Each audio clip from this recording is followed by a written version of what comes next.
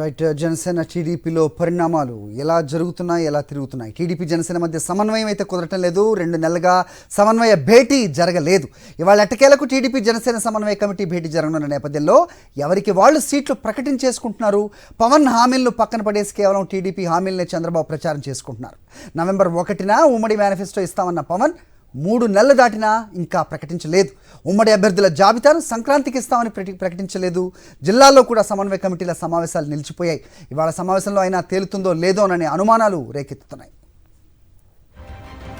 ఇదే అంశంపై మన అప్డేట్స్ మా కరెస్పాండెంట్ సతీష్ ఇస్తారు. సతీష్, చెప్పండి. సో ఎవరి మేనిఫెస్టో వాళ్ళదన్నట్టుగా ఉంది, ఎవరికి వాళ్ళు అభ్యర్థుల్ని ప్రకటిస్తున్నారు. మరోవైపు సమన్వయ కమిటీల్లో ఏమీ తేలట్లేదు. ఏం జరుగుతోంది 2 పార్టీల్లో కూడా? ఏంటి మీద ఇన్పుట్స్?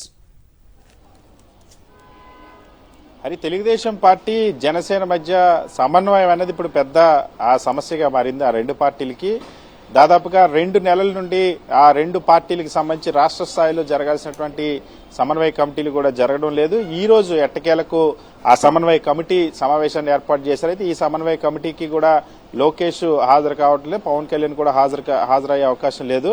కేవలం తెలుగుదేశం పార్టీకి సంబంధించినంత వరకు అచ్చెన్నాయుడు, యనమల రామకృష్ణుడు, పయ్యావులు కేశవ్, నిమ్మల రామానాయుడు, తంగిరాల సౌమ్య హాజరవుతారు. జనసేన నుండి నాదెండ్ల మనోహర్, అదేవిధంగా కందులు దుర్గేష్, ఇతర నాయకులు ఎవరైతే ఈ కమిటీలో ఉన్నారో వీళ్ళు హాజరవుతారు. సాధారణంగా ఈ కమిటీలకు సంబంధించి మొదట్లో ఈ సమన్వయ కమిటీలు ఏర్పాటు చేసేటప్పుడు 2 పార్టీల మధ్య ఒకటి మేనిఫెస్టోకి సంబంధించి ఒక కమిటీ, మరొక వైపు రాజకీయ సమన్వయం కోసం క్షేత్రస్థాయిలో నియోజకవర్గాల వారీగా రాజకీయ సమన్వయం కోసం ఈ సమావేశాలు నిర్వహించాలని భావించారు.